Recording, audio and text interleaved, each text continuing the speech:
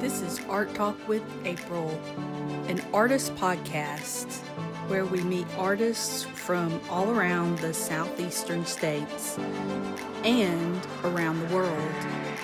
Thanks for joining us. Let's get started.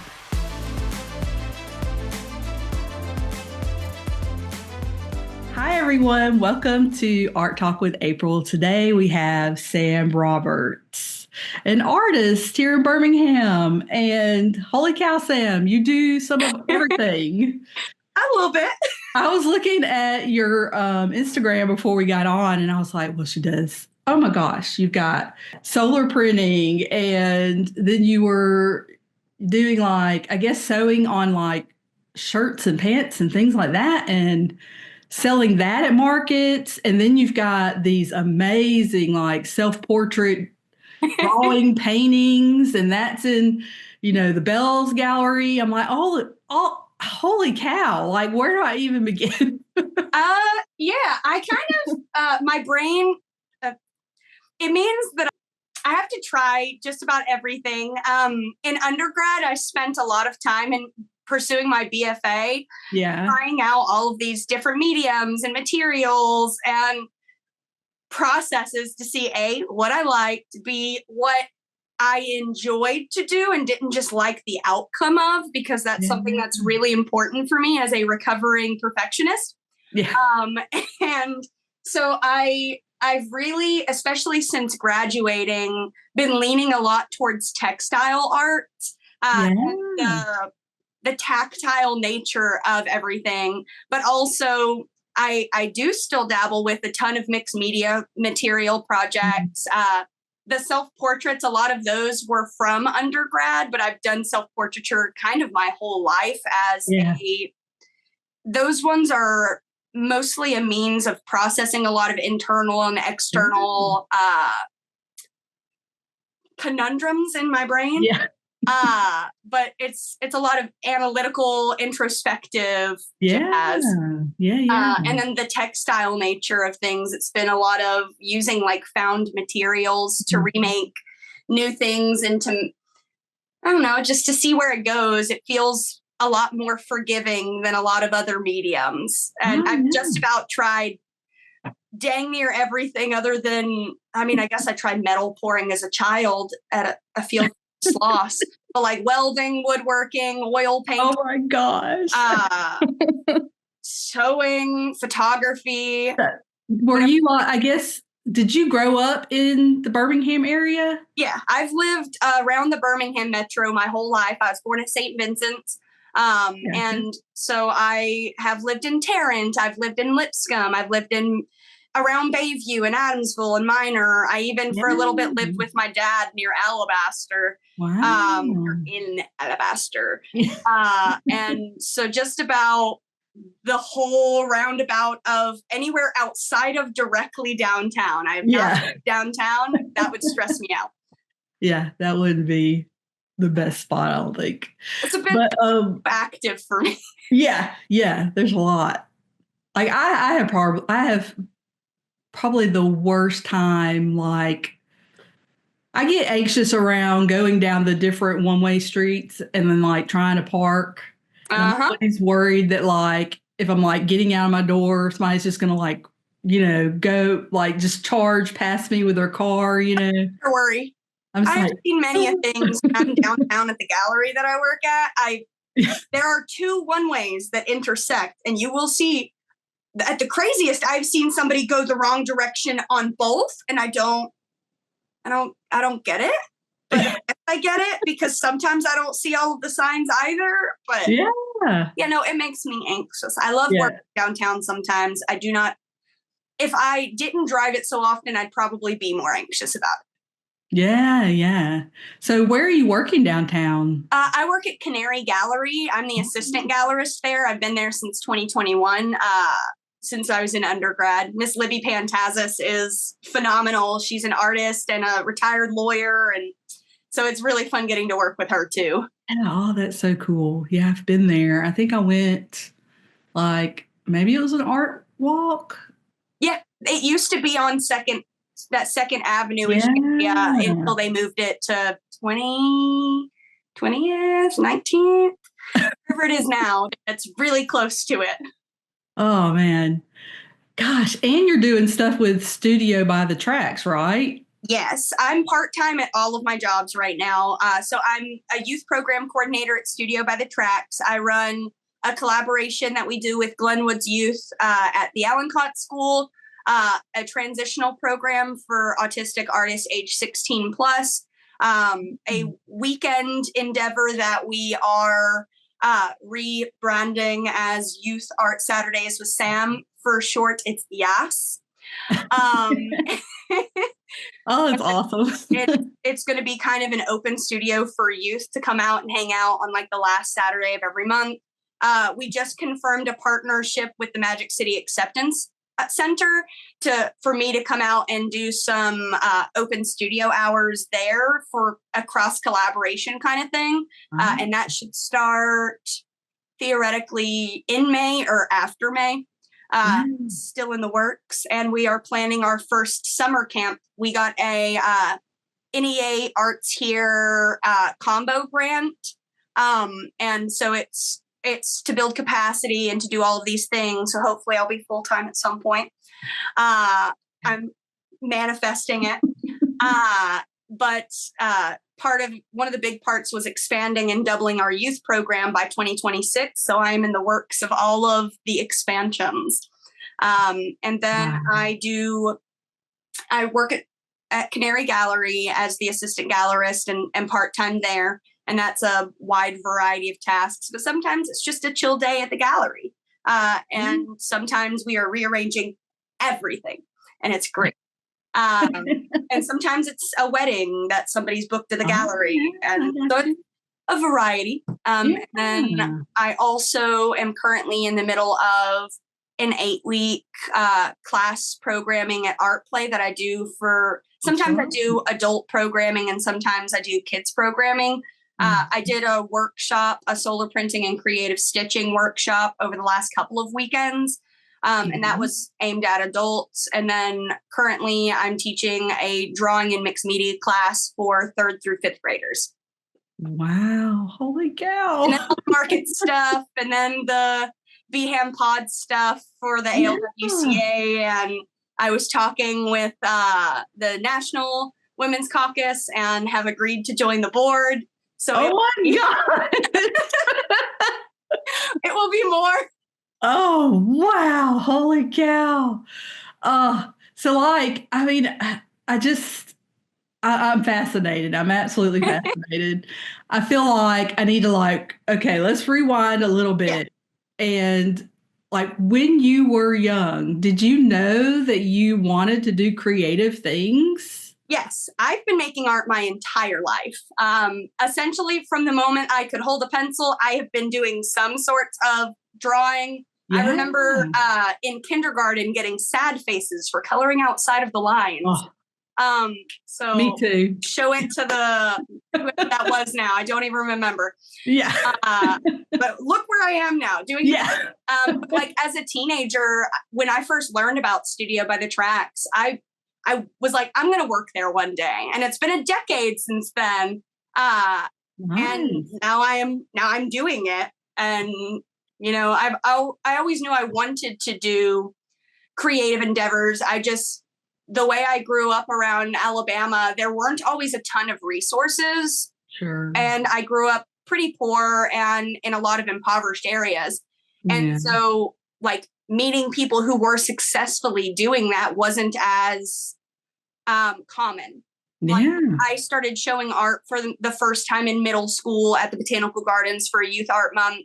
And then in high school, I showed in a couple of congressional art competitions. I had a piece that was in the halls of Congress when I won one year, and they flew me out to DC.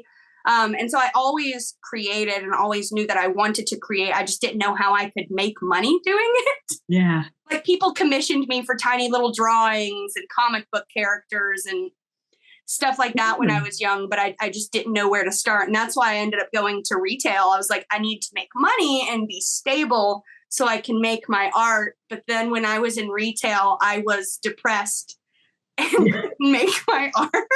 I was like, I don't know how people do retail, and that some people, that's like their lifelong thing that they do retail, and I just cannot. And for some people, like I understand for some people, they need to not be in artistic realms so they can have all of their energy for their art separate. Yeah. That does not work for me. When I tried to do that, I burnt out really bad when I was in my I didn't get diagnosed with ADHD or autism until I was an adult. Yeah. A lot of that stemmed from me starting to have problems as a retail manager, managing that and life and the stress outside of it, and school, because I was a full-time student while working at Best Buy while also serving at another job, and burnt out really bad and couldn't make art for like a year in 2018 to 2019. And that was the only time in my life I've ever not made art, like for long periods. Yeah. And then I was like, I dropped out of school for a little bit. I dropped out of college. And by 2020, I had gotten to the point that I was like, if I'm going to be in debt for college, it is going to be for something I like. And I'm going to pursue like spaces that I really need to be in. And so I went back to school and joined the BFA program, and then started realizing, when I'm in spaces with other artists, I function better and I feel more authentically myself. And so that was a really helpful early 20s experience.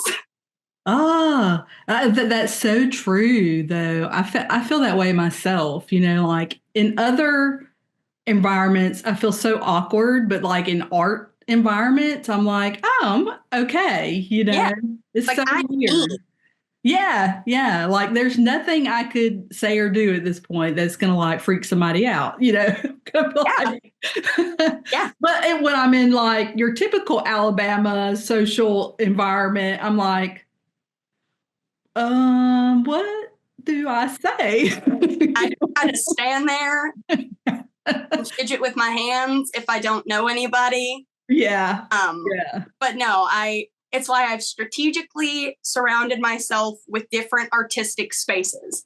You totally have. It took years of like researching it, because again, I didn't really grow up seeing a lot of that stuff. So I had to do a lot of my own research to be like, okay, well, where's this? And how do I get into this? And how can I pick my professor's brains to learn more about this? And I got into markets because another friend of mine in college was really, really active in the market scene before she moved. And I was like, I just have to try it. Yeah. I just have to try it. And when I put my foot and take a little bit of a step, something will happen. I just have to take that step.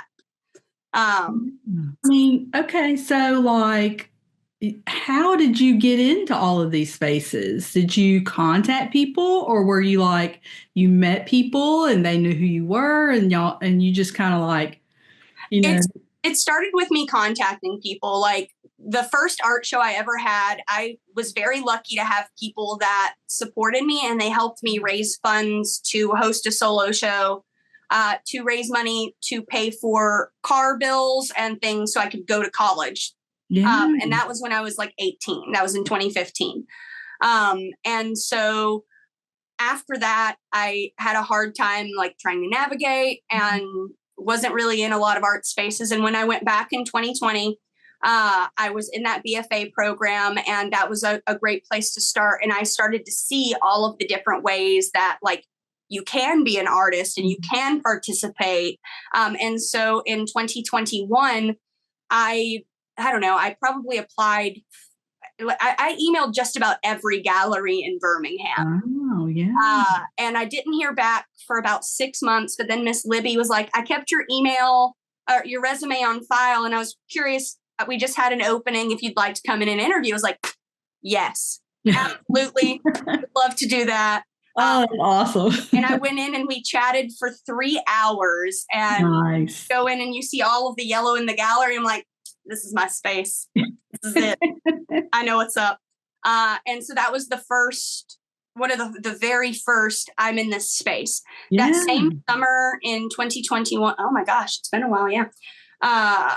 I started applying for summer camps to like get extra income. And so I started out at Artplay as a camp counselor at one of their summer camps. And it was good extra income when classes were out. And so at that point, I was doing that part-time seasonally as a contract employee, working at the gallery and acting as a server at Black Market. And so still multiple jobs. And so by fall 2022, I got a part-time job on campus as an arts assistant kind of thing, a student worker. For different art departments as work study. And so I was doing that and occasionally doing Artplay stuff. They'd have me come and help with different offerings for things. And 2022, fall of it, is when I also started testing out the market scene and figuring out, like, how can I make this work for me? And it literally just started with me doing live drawings at markets.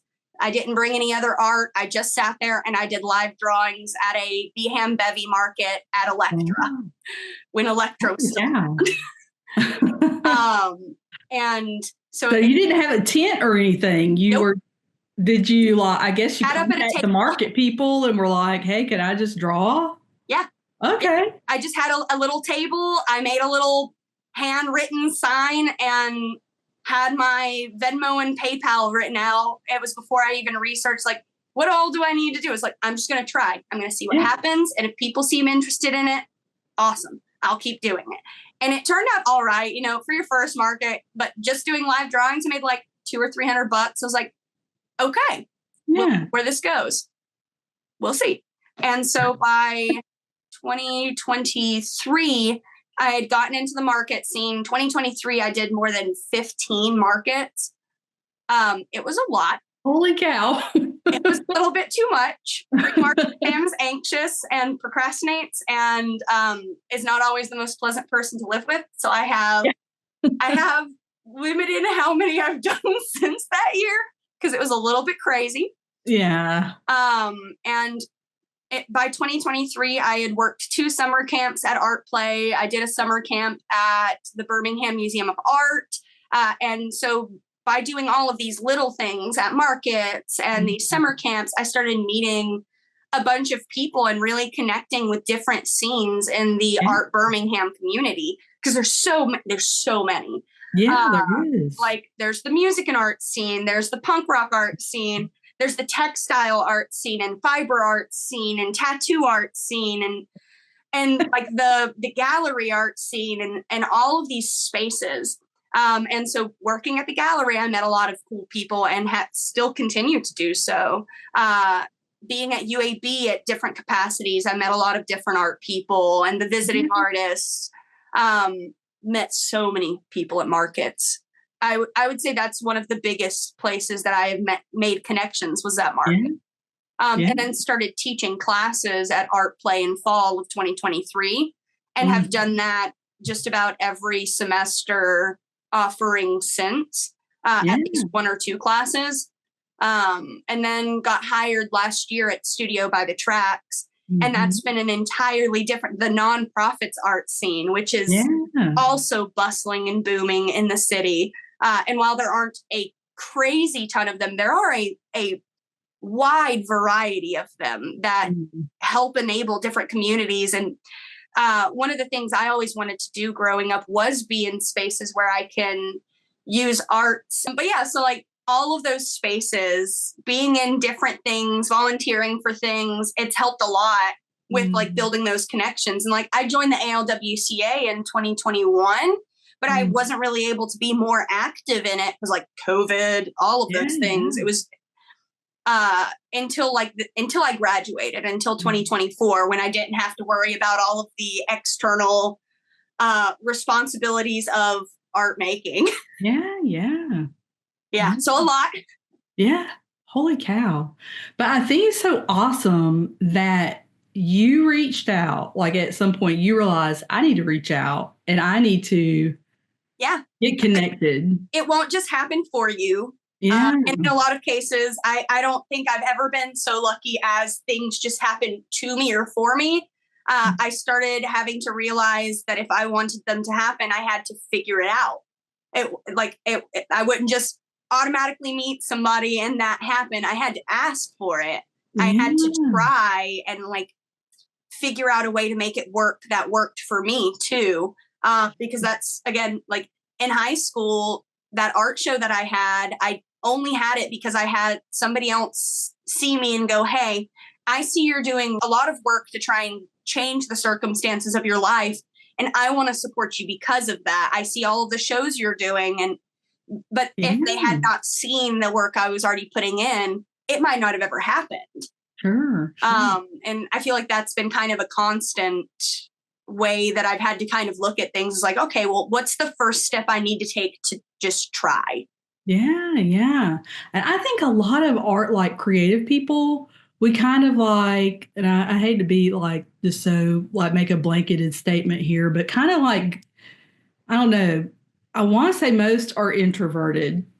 Maybe we're not all, but it's just like, you don't necessarily get out and make connections Fair. easily. Fair.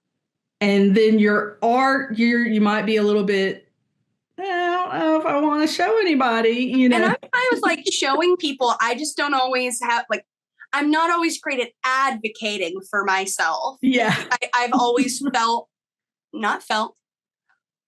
conditionings of life have often made me feel like that is bragging or all of these things. And so I had a really hard time advocating for my art and my processes, because I was like, well, I'm one of millions and billions of people. Why is my art special or any of these things? And it's like, well, that's part of it too, is you are one of billions of people. And that is why it's special, because you aren't those people. You are you, and whatever things you need to do for your process are important too.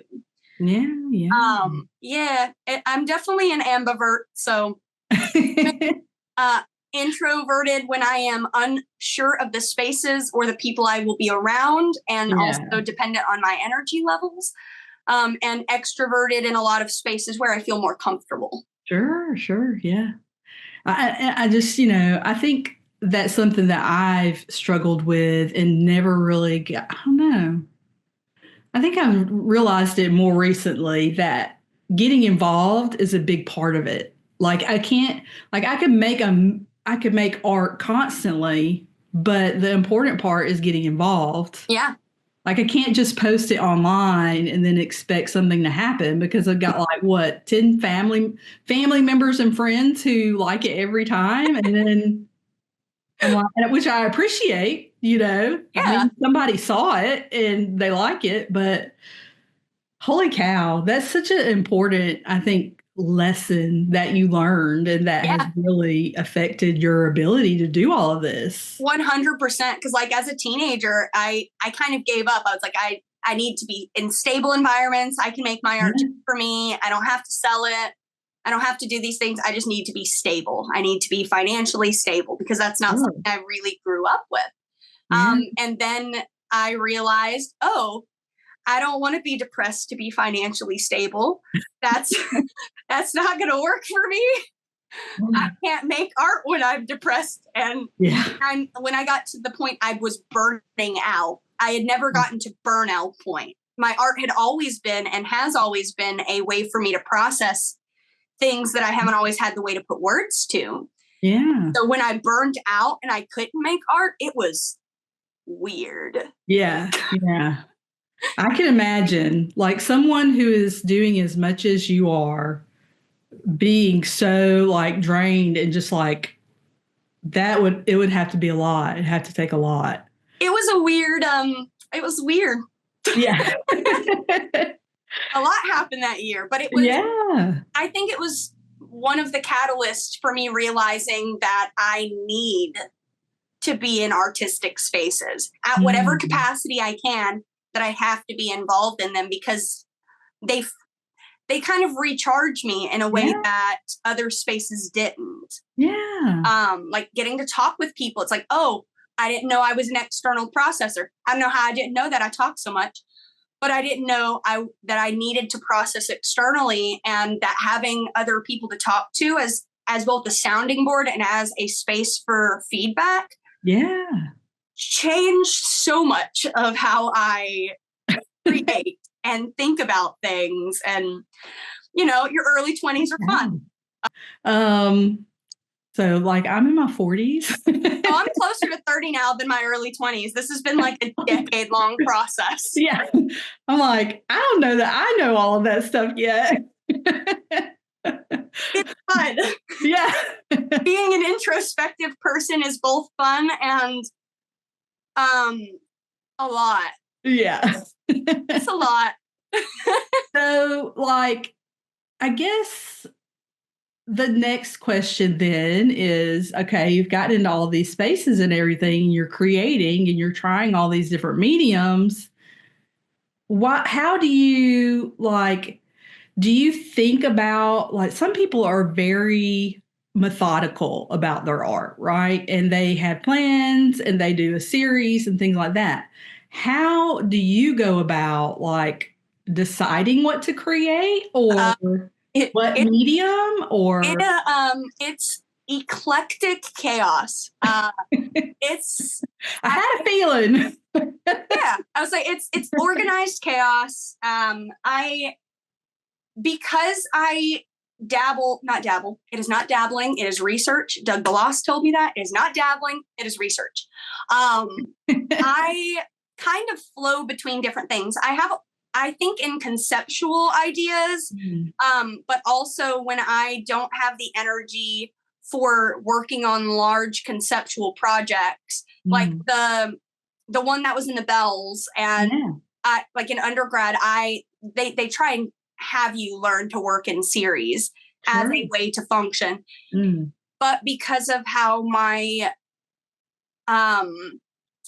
interest in things and my abilities flow around hormones and energy that I'm outputting into other things, I have to kind of rotate between different things. So like when I was working on my undergrad BFA show, it took me like 2 years to finish the projects because I was also working on all of these other pieces around it. And like a lot of those pieces were created through a lot of research on neurodiversity and understanding trauma and how it affects your physical and psychological systems and the mind and body connection. And a lot of these researches, because I didn't have access to therapy, that's expensive.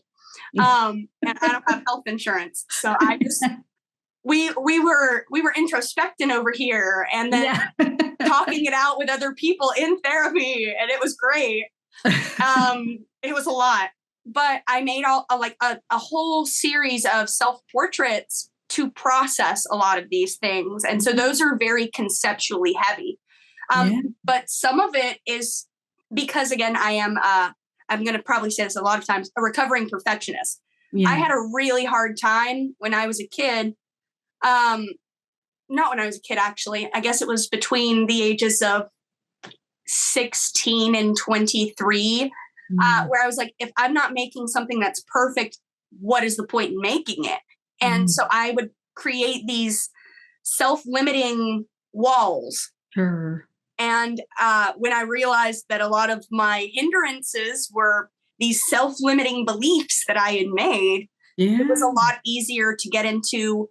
I want to enjoy the process. Like I can paint with oil paintings and make it look hyper realistic, but it's not as fun.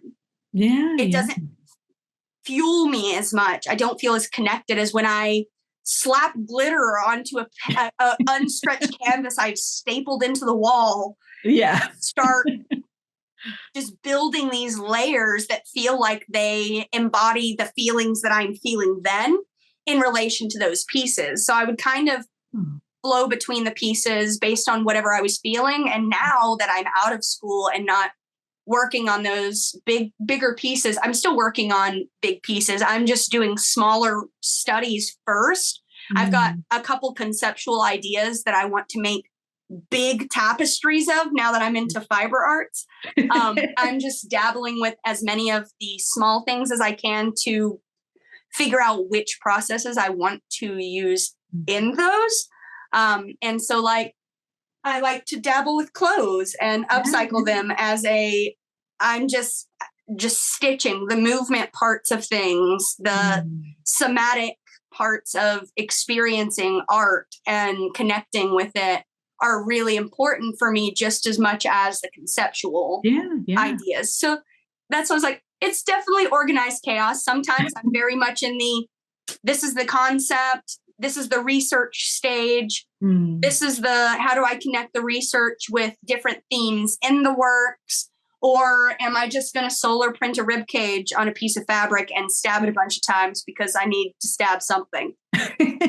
Like, it definitely flows. Yeah. It sounds like, I mean, like you're kind of just going with your inspiration in the moment and whichever, like, I guess, things that you've got working on in the background, you're like, I feel like doing this one today, or I feel like doing that one today. And I do the same thing. Yeah. Because like if I've got a bunch of projects, okay, if I've only got an hour, I don't want to spend that hour trying to stitch a bunch on my boiler suit because I'm going to want to keep going once I start. Yeah. But I could have an hour and just work on random circles and paint and just, that'll be a background for something else eventually. Yeah. And I don't have to like feel the pressure of the demands of this should be done. Should is a guilt word. Yeah. So I just, whatever I've got the energy for that day, whatever I have the time for, that way I'm doing something. Yeah. And so you've got like, it seems to me anyway, that you've got like a really good sort of routine of creating something every day. Like, do you do something every single day? Most of the time I'm working on at least, like, if I'm not actively doing it, I'm researching. Oh, yeah. But most of the time, I even if I'm just stitching a little bit or planning the layout for something else or like cutting the fabric out and folding the edges and getting it prepped for whatever I'm going to be upcycling next. It's something. Yeah. Something with it. That's cool. Yeah. And there's some little, I guess, things I'm thinking about in the background here of like, okay, not reaching out, not networking, and then also not creating every day or making like having a regular practice of doing something, and also having a lot of, this is like the opposite of you, right? Having a lot of limiting beliefs where you're like, okay, it has to be perfect or I can't do it. And I think all of those things are so common in like the arts community. That was me a decade ago. Yeah. And I don't know if that's like something that's built in with education or like going through the process. Some of definitely just the way that I had internalized a lot of the spaces that I had been in. But also I used to compare myself to people a lot more. I used to feel like if it wasn't perfect, what's the point in showing anybody? Or if I can't make it exactly how I'm thinking about it, why make it at all? Or all of these things that I had just learned and internalized from negative comments from teachers. Like I had a teacher in high school when I lived with my father. I went to Alabaster High School for 1 year. It was the worst year of my high school career. Oh my God. Because like you're going in and you're already taking a bunch of AP classes and doing a bunch of things. And you go into this art class, a space where you don't know anybody yet. And you're just making things because you like to make them. Yeah. Like I had very much been I'm going to create and I'm going to do the things because I like to create them and I need to process this way. I have to make this conceptual idea about these feelings so I can actually understand the feelings I'm feeling and where they stem from, because that's how I have to process. I have to think about it a lot before I can that's why I felt that way. As part of the untangling the web of neurodiversity in my brain that makes it sometimes hard to know what I'm feeling when I'm feeling it. And so like I'd go in and I'd make these portraits or these drawings of people. And was I perfect at it as a high schooler? Of course not. I was a high schooler. I was mostly self-taught by that point because they're like, oh, you've already got a capacity to do things. You've already showed proficiency at things. We're just going to let you do whatever you want to. It's like, okay. And so that one teacher told me if I was not already good at drawing people, I should pick another subject. And so, yes, a teacher. Weird. Instead of just going like, oh, like, here's a way you can get better at the things you're already interested in. It was like, oh, there's already a ton of other people who are good at that. You should pick something else. Oh, what a weird thing to say. Yes, an AP art teacher. Wow. Crazy. I can't ever. And so like a lot of how I exist now is I want to exist in a way that I can inspire younger folks that are coming after me to be like, no, it doesn't have to be perfect. If you like the process, that's all that has to matter to you. Yeah. It doesn't have to be some profound realization of creation. You could just, oh, I like Dungeons and Dragons characters. I'm going to draw a tiefling. Cool.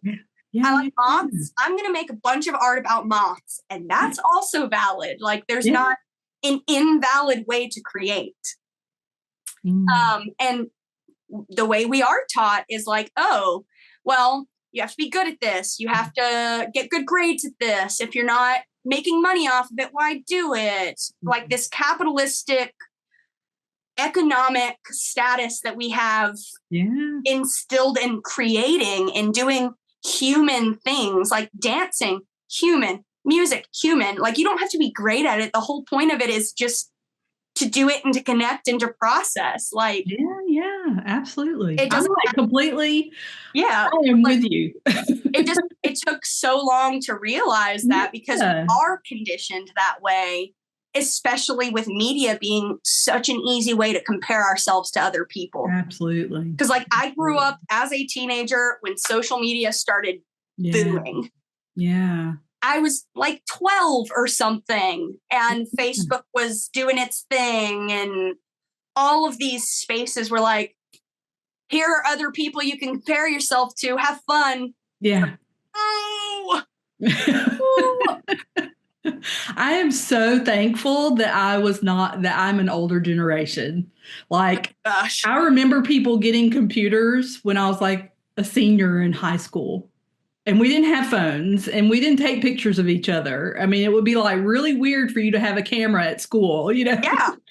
And like, I didn't have my own phone until I was, in 11th grade, I think. Because it's when when life happened.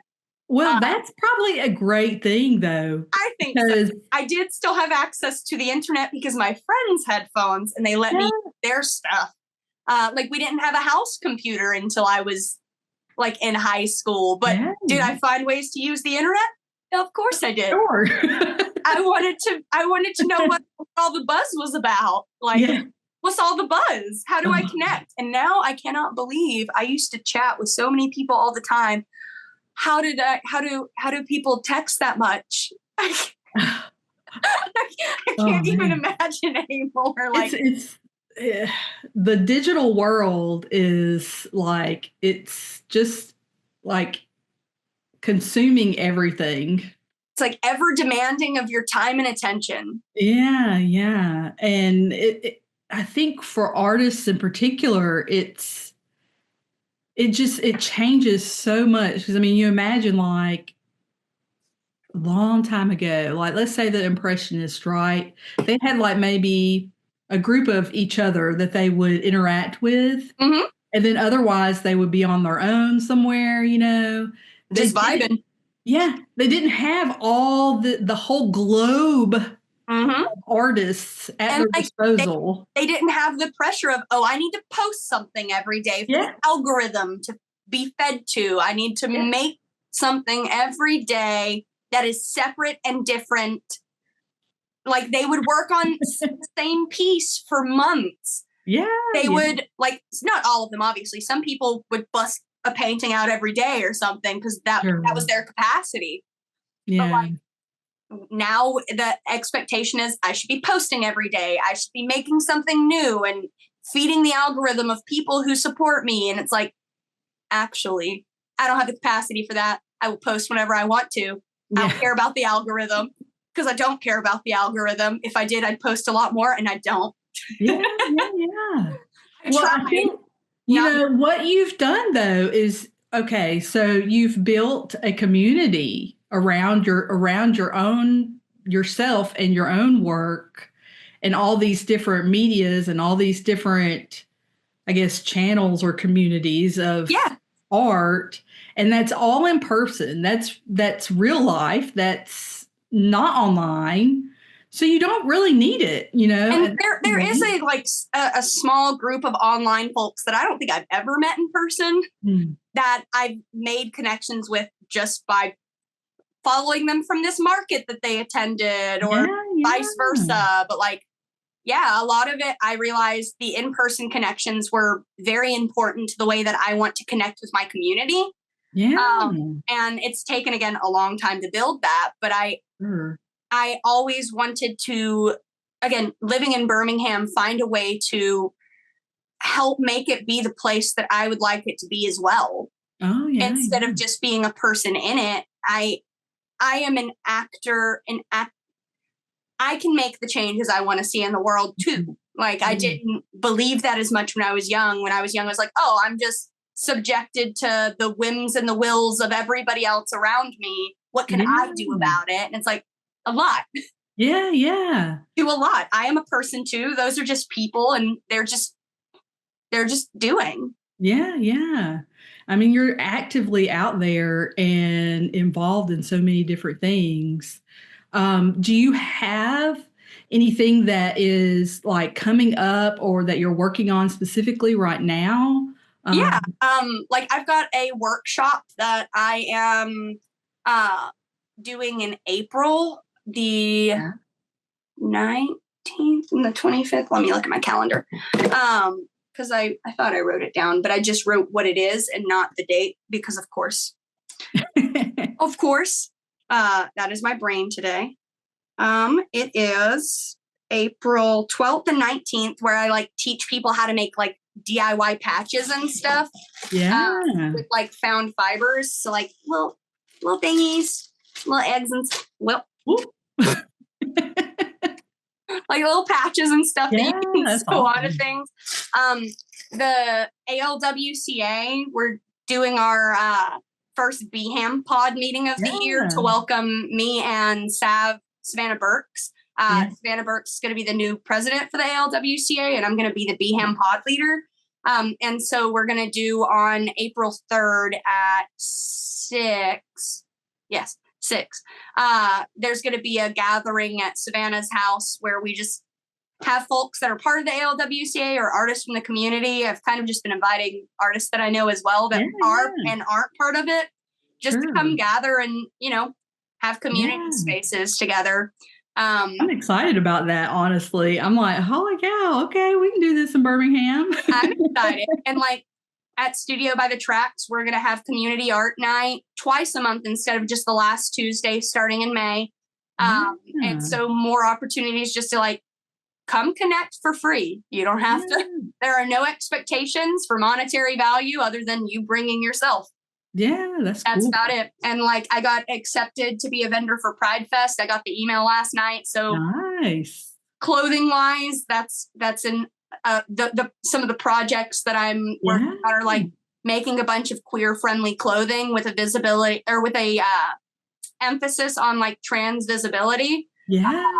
Because of current legislative endeavors to try and erase trans individuals and gender non-conforming individuals. So a lot of emphasis on I'm queer and I'm here kind of clothing. Absolutely. And I signed up for a couple of other festivals. I'm just waiting to hear back. Like I signed up for the Fiber Arts Festival, never done it. I thought that would be a rad one to get into. And then Art Walk, because Art Walk is fun. Other than that, not as much currently, just trying to be present and active. Yeah. It sounds like you've got a lot going on. I don't know. You're like, other than that, I'm just, I'm just hanging out with my I dog. just got all these things going on.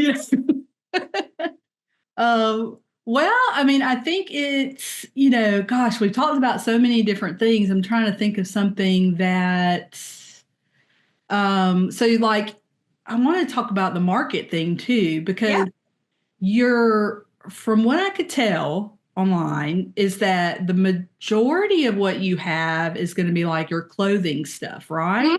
Yep. But you've also got some art, like pictures and things. I have like art and stuff because I still draw all the time. Like one of the processes I like to do is just draw from life. So drawing flowers, it's like gestural drawings because they just help me decompress.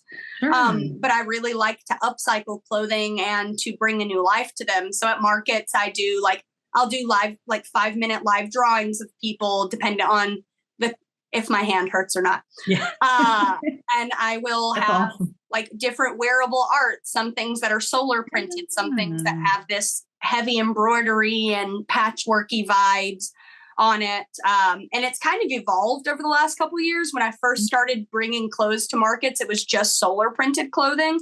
Yeah. And so it's kind of hard to, I'm still gauging like where I should price things at for them to be worth the 10 to 15 hours I'll sometimes put into a pair of pants. Versus if I solar print onto something, it could take 20 or 30 minutes if I've already got the design made. Yeah.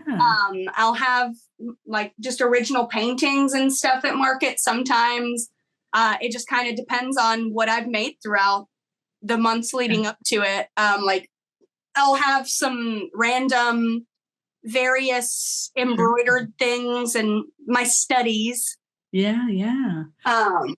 I guess what I was wondering is like, so, and you mentioned it a little bit, like it kind of evolved, and like, how do you decide like what you're going to, I mean, like, I think I'm realizing that I'm one of those people who plans maybe too much, but how do you know what you're going to have and what you're going to put out there? It kind of depends on what I can thrift. Yeah. So I have this closet back here full of shit. Yeah. Full of, oh, you can't even see all of it right now. But it's full of a bunch of clothes that have been donated to me or that I've thrifted, or things like that. Like I just kind of have a bunch of different fabrics. And so I'll sit with the clothes and I'll sit with my fabrics and I'll kind of pick color palettes. A lot of the works that I make are color palette themed. And so I'll just start to see what fabrics and what colors speak to me. And I'll plan and react at the same time. So like I will set aside different color palettes with different objects and work my way through one at a time. Like the boiler suit back here is Van Gogh themed because I had this old Van Gogh shirt that I just didn't really wear anymore. So I cut it up and made some knee patches and then started sewing a bunch of sunflowers out of other fabrics because I needed more sunflowers and I didn't really have sunflowery fabric. And I was like, all right, I guess I'm doing this now. And I stayed up to like 11. So sunflowers. So it's definitely some planning and some I'm just going to react and do it now because that's where the dopamine is taking me. Yeah. Basically. That's awesome. Like the big planning that I have is the big tapestry works that I want to make, but those are again still in the research stages. I have the designs drawn out for them. I'm just slowly acquiring the fabrics that I need for it. And honestly, I could just probably go ahead and do it. I could just do it. I just it doesn't feel that one because they are so big. I want to be able to plan it out with enough time. And I haven't had really the right energy and off days to sit down with it and really like clean up my studio so I have the floor space for it. Yeah. TBH. As you say that, I'm looking around at all my tables with crap all over it, and I'm like, yeah, I know. Literally. Yeah. Literally. It's just everywhere. I have to like do a deep clean before any big project because I will feel anxious if the room is just scattered. If I'm working on a big thing. You'll get like inspired by just your space being better. Yep. It's weird how that works, but I found that myself. Like I won't come in here as much when it's like chaos. Uh-huh. I'm like, I don't want to be in there. I'll just like, set I know up already it's trashed. I will set up a TV dinner table in my living room and sew there and commandeer the kitchen table sometimes. Yeah, exactly. You end up just being wherever because your space has gotten too much. Yep. And then we got one of those big projects. I sometimes I leave it in chaos when I am in the middle of working on things. And then when I am done working on it, then I have to clean the chaos. If I don't want to clean it, then I want to work on the next thing. Yeah. It's an evolving process for sure. Yeah, it sounds like it. It sounds like you're working through that one. Yep. We're getting there. It might just be how I have to function. It might just be I might not ever part of your process. Yep. It might just be that way. Oh, that's awesome. Well, who are some of your favorite artists that you're inspired by? I like that one. I think one of the people, there's a couple of local people for sure that I am very inspired by. I know you know Tara Stallworthy. Yeah. I love Tara Stallworthy. Yeah. I am so inspired by her processes and her way of thinking and her way of connecting with materials and building upon building upon building, and not like rushing it. Just I'm going to sit and stitch with this project today and feel what I feel about it. It's like, I aspire to that. I love it so much. And I love the different kinds of works that she creates because she's also this interdisciplinary artist that ebbs and flows between materials. Yeah. I love it. Doug Balass. Love Doug Balass. One of my favorite professors in undergrad. Such an inspiring person. The way that they create and build and use both natural and native plants as inspiration for all of these internal things that they are creating, these ideas that have this iconography and these common themes. I love their work. They also make like clothing that they make, and then all of this wall art they're always making and always creating. And I love it. They inspired me so much when I was young. And because it took me like 9 years to finish undergrad, just going to throw that out there. Wow. About 9 years off and on with like a 2-year gap in between it. And they were there for the majority of the second half of me going back. And they helped challenge some of the rigid beliefs that I had made in my brain, these rules that I made that aren't rules, but my brain made them be rules. And helped me go with like, you're not dabbling, it's research. You take the time and the processes you need to do to figure out what works for you. And a lot of that really inspired me to realize I do function better when I am a more process-based artist that mixes in conceptual ideas than just a planning artist that then feels stressed if I don't have the time to do what I had planned. And then I really, really love Tracy Knowles Ross's art. Love. Yeah. Love.